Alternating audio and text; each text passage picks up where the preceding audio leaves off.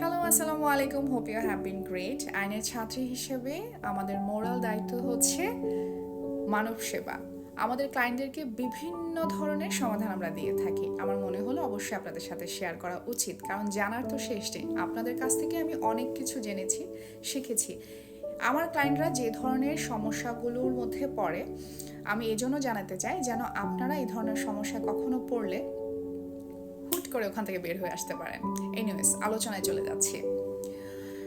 দাদা যখন মারা যায় তখন তার মেয়েকে, অর্থাৎ আমার ফুপু বা আপনার ফুপুকে ধরেন, তার যতটুকু প্রাপ্য ততটুকু সে রেজিস্ট্রি করে দিয়ে গেল। এখন 5 কাঠা জমির মধ্যে 2 কাঠা রেজিস্ট্রি করে দিয়ে গিয়েছে, আরও রয়েছে 3 কাঠা।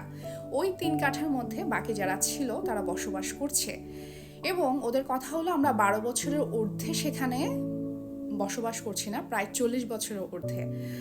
সেই ক্ষেত্রে ওদের কথা হলো ফুপু আরও যে 1 কাঠা পায়, সে 1 কাঠা তারা ফুপুকে দিতে চাচ্ছে না, তারা নিয়ে নিতে চাচ্ছে, কারণ অনেক বছর ধরে ওরা ওখানে থাকে।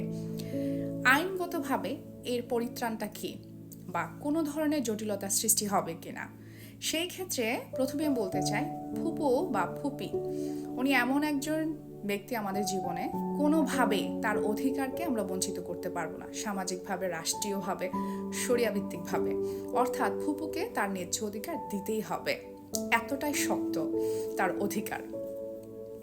এবং আপনারা যেটা বললেন, অর্থাৎ আমার ক্লায়েন্ট যেটা বলেছে যে আমরা এখানে 40 বছরের বেশি থাকি, সেই ক্ষেত্রে পার্টিশন অ্যাক্ট কি বলছে বা সমাধানটা কি, আমরা তাকে সহজভাবে সমাধান দিয়েছি।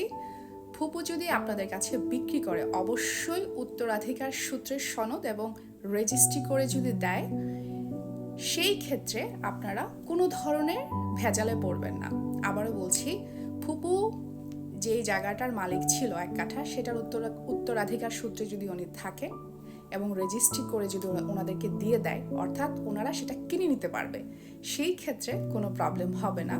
আদারওয়াইজ অবশ্যই প্রবলেমে পড়বেন। সুতরাং ফুপু অবশ্যই মালিকানার মধ্যে থাকবে, ফুপুকে বঞ্চিত করা যাবে না।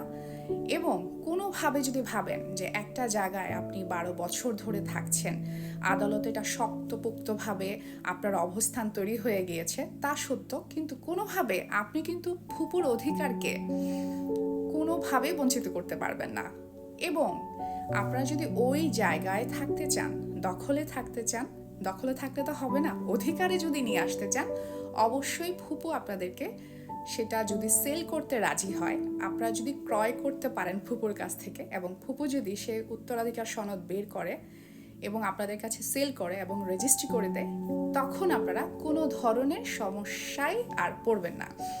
এবং ফুপুদেরকে নিয়ে আমি প্রায় দেখি যে অনেকেই অনেক ধরনের সমস্যায় পড়েন এই জায়গা জমির ব্যাপারগুলো নিয়ে। তো ফুপুর যতটুকু প্রাপ্য থাকে অবশ্যই দিবেন, এবং এই ধরনের সমস্যা যদি থাকে যে কতটুকু জায়গা বা আপনারা নিয়ে নিতে চাচ্ছেন বা কিনতে চাচ্ছেন বা দিতে চাচ্ছেন না, সেটা কিন্তু হবে না। অবশ্যই আপনারা ফুপুর সাথে বসবেন, সমঝোতা করবেন, এবং ক্রয় করতে চাইলে অবশ্যই সেটা উত্তরাধিকার সূত্রে উত্তরাধিকার সনদ যেটা, সেটা বের করতে হবে এবং রেজিস্ট্রি করে নিতে হবে। ধন্যবাদ, ভালো থাকবেন। পরবর্তীতে আমার অন্যান্য ক্লায়েন্টদেরকে আমি যে সকল সমাধান দেওয়ার চেষ্টা করেছি অবশ্যই আপনাদেরকে শেয়ার করব। ভালো থাকবেন, সুস্থ থাকবেন, অ্যান্ড বি উইথ মি। আল্লাহ হাফেজ।